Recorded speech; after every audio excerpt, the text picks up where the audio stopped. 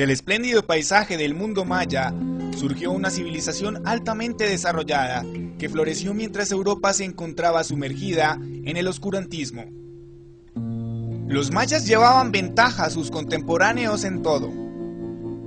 En el apogeo de su desarrollo, entre el 200 y 900 AD, construyeron templos y centros ceremoniales comparables a las pirámides de Egipto. Desarrollaron un calendario más preciso que el que actualmente utilizamos. Trazaron el curso de Venus. Predijeron acertadamente eclipses solares y lunares. Inventaron un complejo sistema de escritura y desarrollaron técnicas de agricultura altamente sofisticadas. Después, esa civilización misteriosamente decayó. Los principales centros ceremoniales de toda la región fueron abandonados a principios de los 900 y poco a poco fueron sepultados por las selvas de Chiapas y Guatemala. Otros centros ceremoniales como Chichén Itzá en el norte de Yucatán sobrevivieron. Cuando el español Hernández de Córdoba llegó a la península de Yucatán en 1517, la civilización maya era solo la sombra de su anterior gloria. Nadie sabe realmente por qué fueron abandonados los centros ceremoniales en Chiapas y Guatemala, pero los estudiosos en la materia sostienen la teoría de que los mismos mayas tuvieron algo que ver con su caída.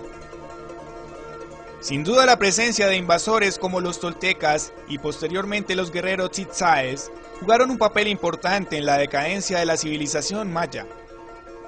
Nuevas culturas fueron adoptadas, el enfoque arquitectónico y religioso cambió y la guerra inevitablemente estalló entre grupos rivales. Las tensiones entre la población también tuvieron que ver en la caída de la civilización maya. Hacia el 1546, los españoles conquistaron la mayor parte de la península de Yucatán. Aún después de la conquista, los mayas se siguieron resistiendo al dominio español. Su última fortaleza fue Tayascal, a orillas del lago Petenitza, en las profundidades de la selva guatemalteca. El pueblo maya es un grupo homogéneo que ha ocupado casi siempre el mismo territorio durante miles de años. Estas personas hablan de una treintena de lenguas, tan parecidas que los lingüistas han concluido que todas ellas tienen el mismo origen. Una lengua proto-maya que podría ser tan antigua como de 7000 años atrás.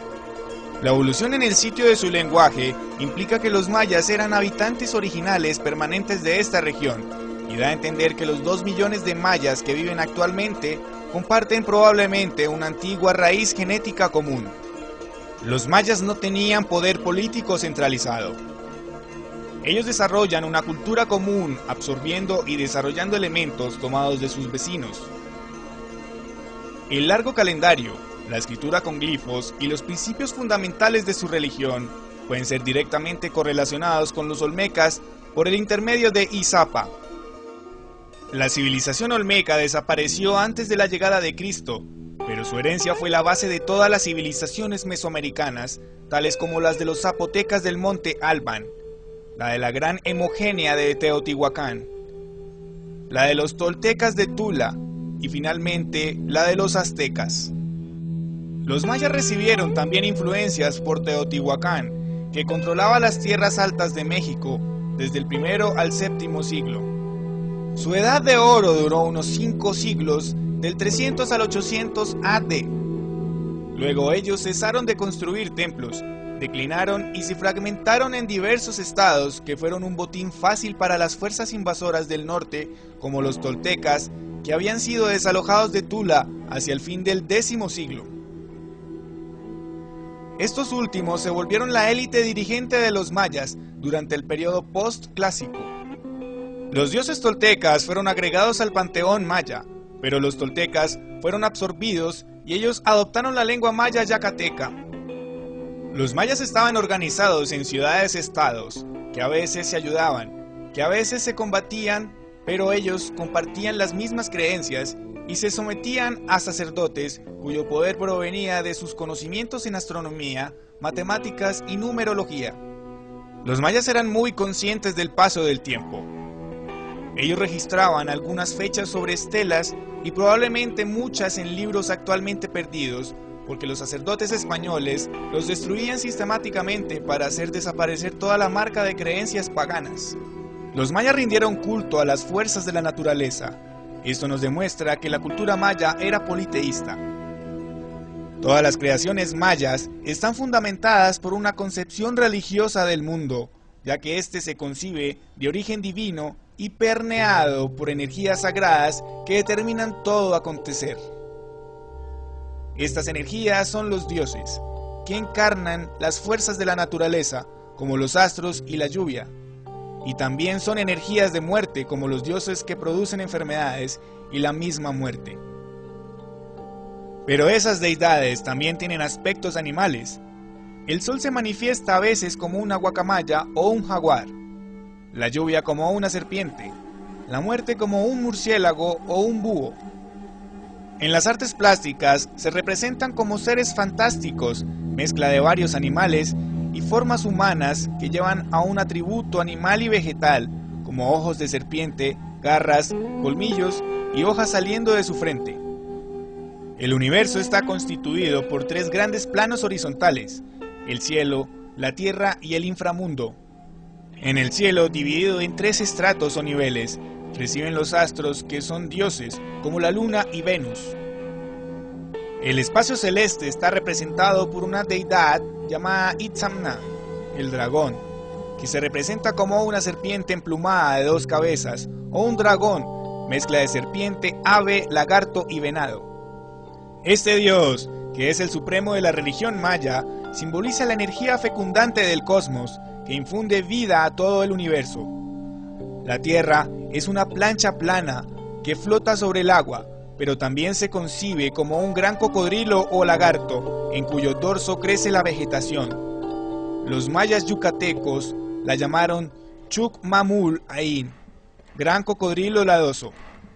Los mayas clásicos desarrollaron, según las regiones, diversos estilos de arquitectura, pintura, escultura y otras artes, en las que se desplegaron un alto grado de calidad técnica. La labor de los artistas estuvo íntimamente relacionada con las características sociales, culturales y políticas de su entorno. El despliegue ritual era esencial para reafirmar el poder político. Los grandes conjuntos arquitectónicos, escultóricos y pictóricos servían como escenario para la actividad ritual y cortesana, la cual involucraba el uso de artefactos lujosos, complejamente elaborados, tales como vestimenta, adornos personales y otros de uso ritual. Entre dichos objetos de lujo, también formaban parte de utensilios funerarios, cuyo grado de elaboración reflejaba la categoría del individuo en vida. En buena medida, el arte del periodo clásico se derivó de modelos organizados durante el preclásico. Sin embargo, fue en el periodo clásico cuando se alcanzaron los niveles más altos de elaboración artística, tanto en las artes monumentales como en los objetos portátiles.